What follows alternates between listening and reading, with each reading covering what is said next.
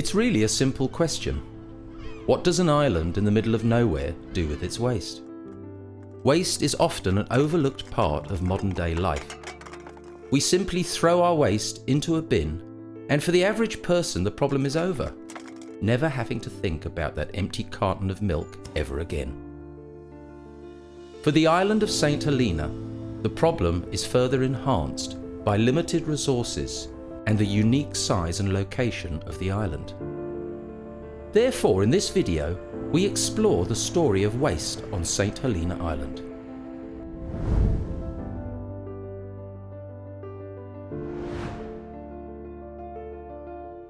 Located in the middle of the South Atlantic Ocean, with the nearest major landmass of West Africa being over 1,000 miles away, and with its population of just under 4,000 people, St Helena stands as one of the most remote and unique inhabited places on Earth. The people, culture, landscape and wildlife is something only a very lucky and adventurous few will get to experience. However, with its unique location and size, a new problem occurs. What happens to the waste generated on the island? So I'm Terry Clingham. I'm the Environmental Officer for Environmental Management Division, which forms part of ENRP, Environmental Natural Resources and Planning Portfolio of SHG. We got two refuse collection vehicles. They got their routes around the island, collect every day, Monday to Friday, and Sundays in town. That's both domestic and commercial waste. So everything that's being collected by the RCV in your usual 240 black bin is landfilled. The top three types of waste that's being disposed of at the landfill currently is kitchen waste, followed by plastics, and then closely followed by paper and cardboard. The remaining useful life of Horsepond landfill site, calculated in 2015, was 12 years without active intervention. While some initiatives and ingenuity has yielded sustainable benefits, the site life remains relatively unchanged. The cost of developing and constructing a new airport-compliant landfill site, similar facilities as Horse Point, was £3 million, also calculated in 2015. Today, this cost could now be in excess of £4 million. What we need to be concerned about is how much time, what's the remaining life that we have of Horse Point landfill site. In 2015, it was calculated that the landfill would be fully utilized and maxed out by 2027 to 2030. So again, without active intervention and changing the way we do things, rather than putting everything in the ground, 2027 to 2030, a new landfill. First question, where? And the next question is obviously the costs. I think it was calculated back then, 3 million, times the change, everything goes up, not down. So that's probably in excess now could be even reaching 5 million to design, build and construct and make it operational. The people of St Helena clearly face a unique problem with its waste. However, thanks to the ambition and determination of the island's people, there seems to be solutions on the horizon. So the South Atlantic Plastics Project is a 3-year Darwin-funded project under the title D+176, Turning the Tide on Plastic Pollution on Ascension Island and St Helena. It is a multi-partner project which is a collaboration between the St Helena National Trust, the St Helena Government, the Ascension Island Government and the Zoological Society of London, as well as other academic partners in the UK and South Africa. My name is Tobias Cable and I'm the Marine Plastics Project Manager based at the St Helena National Trust. I guess I could describe the overarching aims of the project, which are twofold. The first is to kind of improve our understanding of the relationship that each island has with single-use plastics, with the hopes of obviously designing interventions that could potentially improve that relationship. And the second intervention is to improve our understanding on the ways in which marine plastic pollution is impacting the marine environment of the respective islands, and again, trying to identify ways in which we could potentially mitigate that. So through the South Atlantic Plastics Project, we've engaged with businesses principally through survey-based questionnaires, which asked questions which helped us diagnose how much plastics the businesses are using, which single-use plastic items they're using, and also whether there's any barriers that might exist for those businesses to move away from single-use plastic items.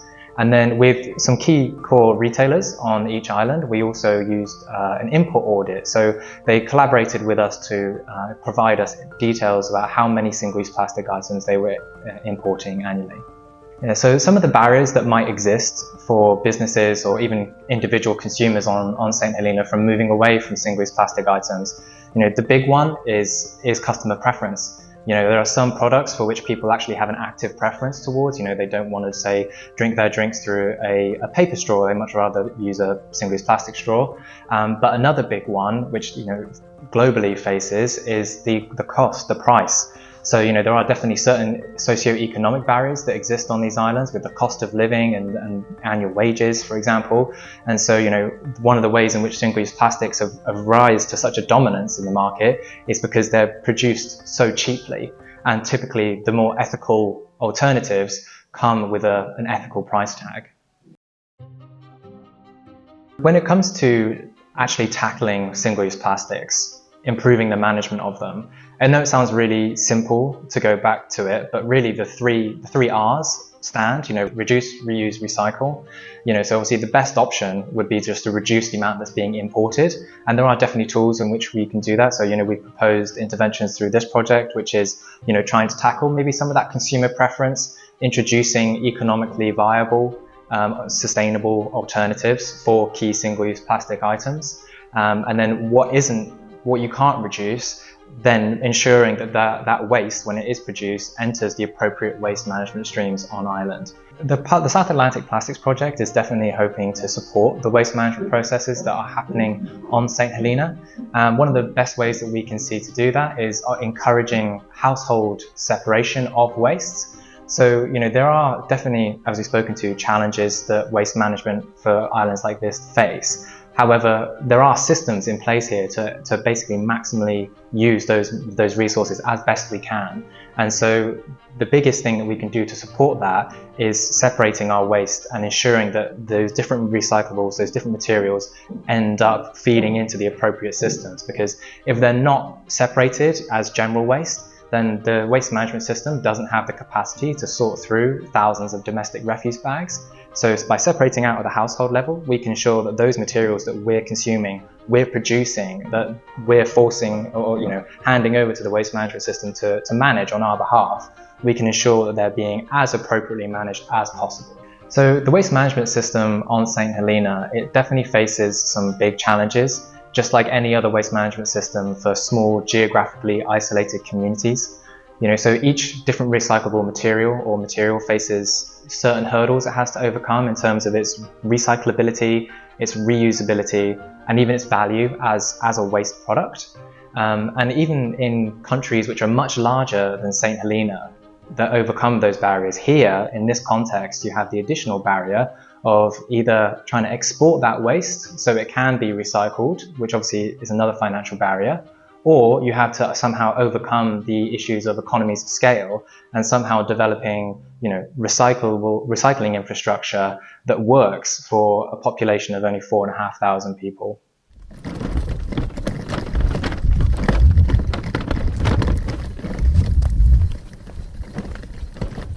My name is Rodney, and I'm a chicken farmer by trade, actually, but I do recycling on the side as a second job and help clean up the island.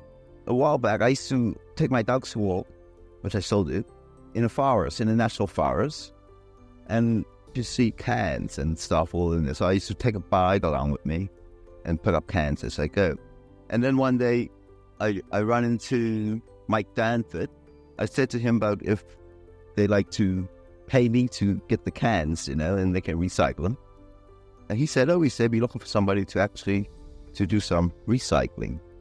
And it was good, it had a good time. And then the government offers they sponsor the funding for all the machines and that. And that's how it begins, actually, yeah. Here I'm keeping it simple. With ENRD, as a partnership, they supply all the blue bins for me. And if you see behind me, there's all different colors. But the blue ones are strictly for a drinking can. Yeah? So they supply me, they scour all the island. They got a particular vehicle that pick up all these bins and bring them all to the site over there. And then I go there and I sort through them, because they mix sometimes, and a lot of bottles bin you. So you sort through them and you bring them here to this place. And I put them through a machine that makes sure it's just alley and nothing else. So it's got a magnet in it. So if it's a steel can or anything, then that alley, it will take it out. And then I put them into a press there. And you get a like 25, 27 cubic square cube come out. Not square, not cube, but it's more rectangle than cube. But a small 25 kilo cube out.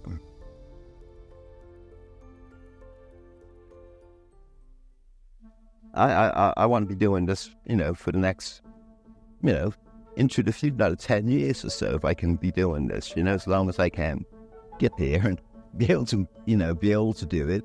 I like to carry on doing it, I think it's bad as some people say, oh, you're out here in the rubbish and that. But at the end of it, you get something from it, and you doing part of keeping the environment safe for future generations, and without all the pollution of mining and getting all these materials to make this stuff.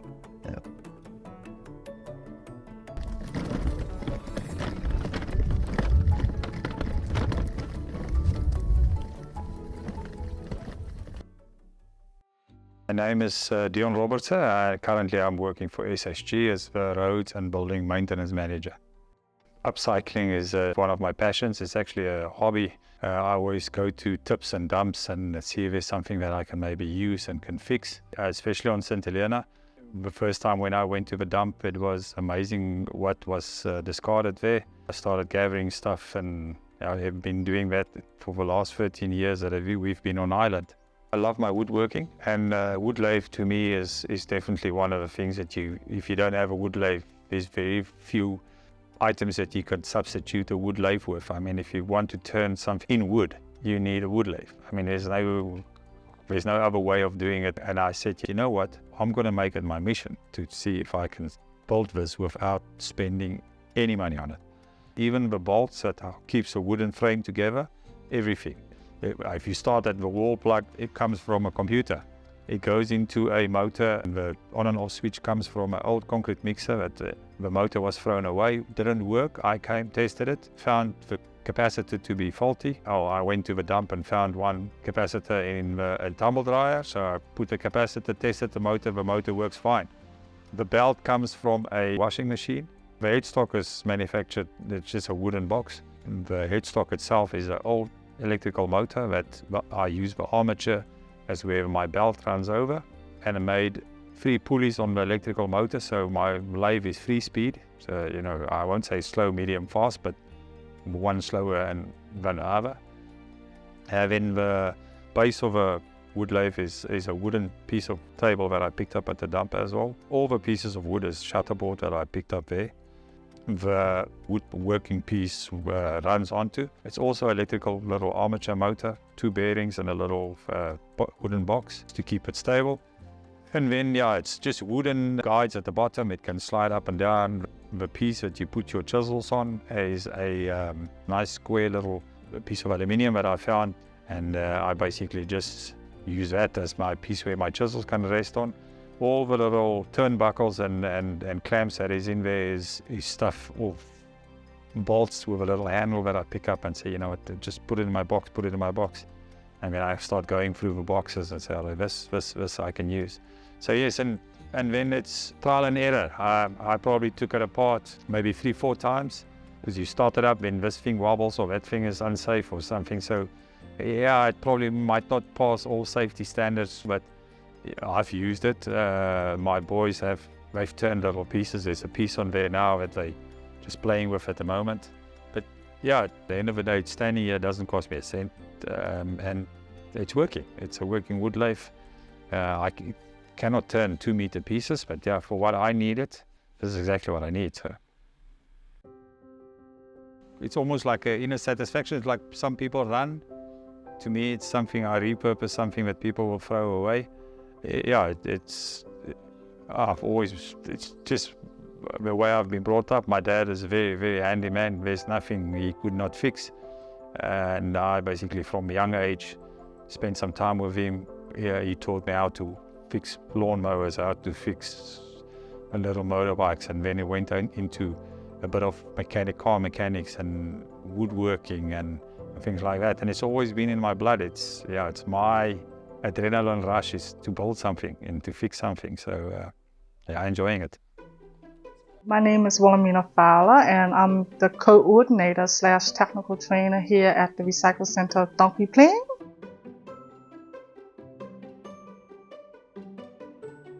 So everything here starts from our two machines we have here at the Recycle Center. The first one is the hydro pulper. The hydro pulper only takes shredded paper and cardboard at a very large volume. Once we put water with it, it will mix for like a day and a half. Once that mixed into a mulch, our trainees squeeze all the excess water out from the pulp. They will pack it into a frame of different sizes, and they'll be packing it by slightly binding using a slapping method. And once they've done that, they will put the pulp board out into the drying area. We also have another machine called the Holland beater. The Holland beater is a smaller machine, but it takes more different materials. For example, 100% cotton, denim jeans, flax and aloe fiber, as well as cardboard and paper. Once it comes out from that small machine, our trainees will now put it into a basin with more water, and they will use a sieve-like frame, dip down into the basin and up, let all the water drain out from it, and press it onto a felt. You then press all the remaining excess water out and hang up until dry. What we've made out of paper pulp board is one of our best sellers is pulp ladders, keepsake boxes, toy boxes, plaques. We also have made some furniture, bedside cabinets we've made. It's good to hear how the community is recycling or upcycling. The island is slowly getting into recycling and upcycling, and it is nice to hear how the community is doing it. Yes, really, it's nice to watch some of our trainees grow. Some has come a long way, and it is very therapeutic for everybody. And it's nice to work in some ways as one of the kind. We have schools come in, tours come in, and just to see expression that what we do here does make an importance. My name is Wanda, and I actually own Abbey One.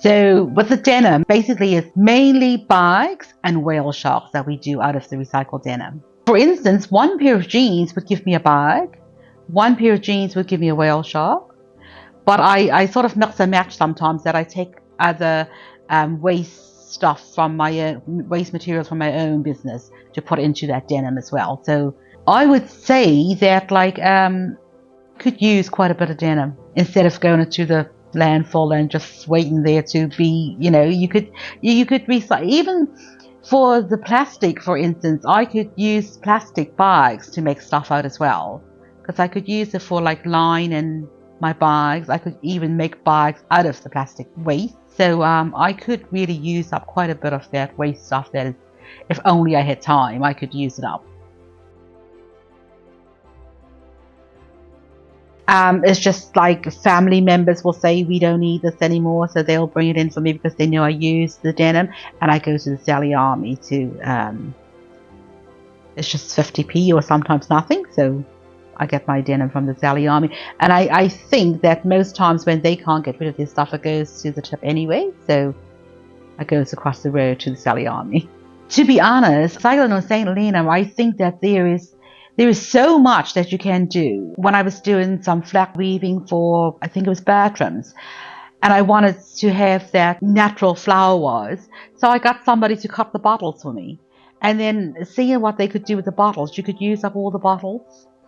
I mean, they were even making glasses out of the bottles. So I could use the bottles, I could use plastic, we use the denim, I can even use paper. So I would love to see that really take off on St Helena, but you don't have the interest there, to be honest with you. We don't have the interest. Every time I try to do something, time overtakes me and I just can't get it done. Because, like I say, it's more of a hobby for me than actually my business, because my business involves the main parts of the tailoring and stuff. I feel that waste could be managed much more better if you had more people involved. Because if more people was using up the waste, then obviously it wouldn't go to the tip. If more people were using it. And on the other hand, I think my personal view on this is that money is too free on St Helena. Everybody will complain that things is expensive, but you will still see people going into the shop to buy these fancy bags that cost so much money. And you could be making a bag out of the denim, couldn't you? Or out of the plastic or whatever.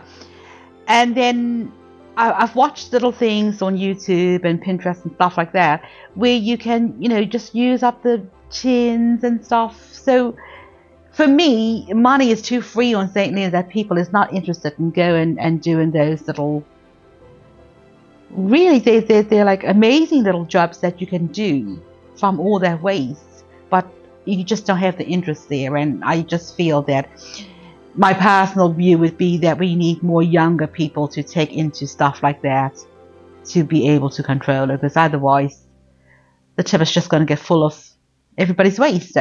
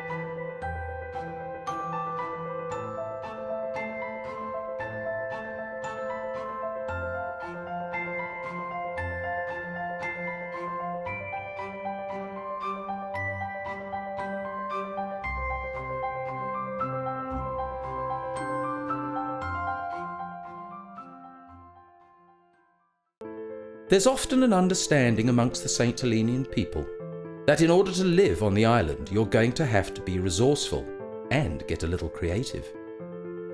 This notion has been carried on to now tackle the island's waste problem. With a mixture of government-led projects and creative ideas from locals, the island's future is certainly looking a lot brighter.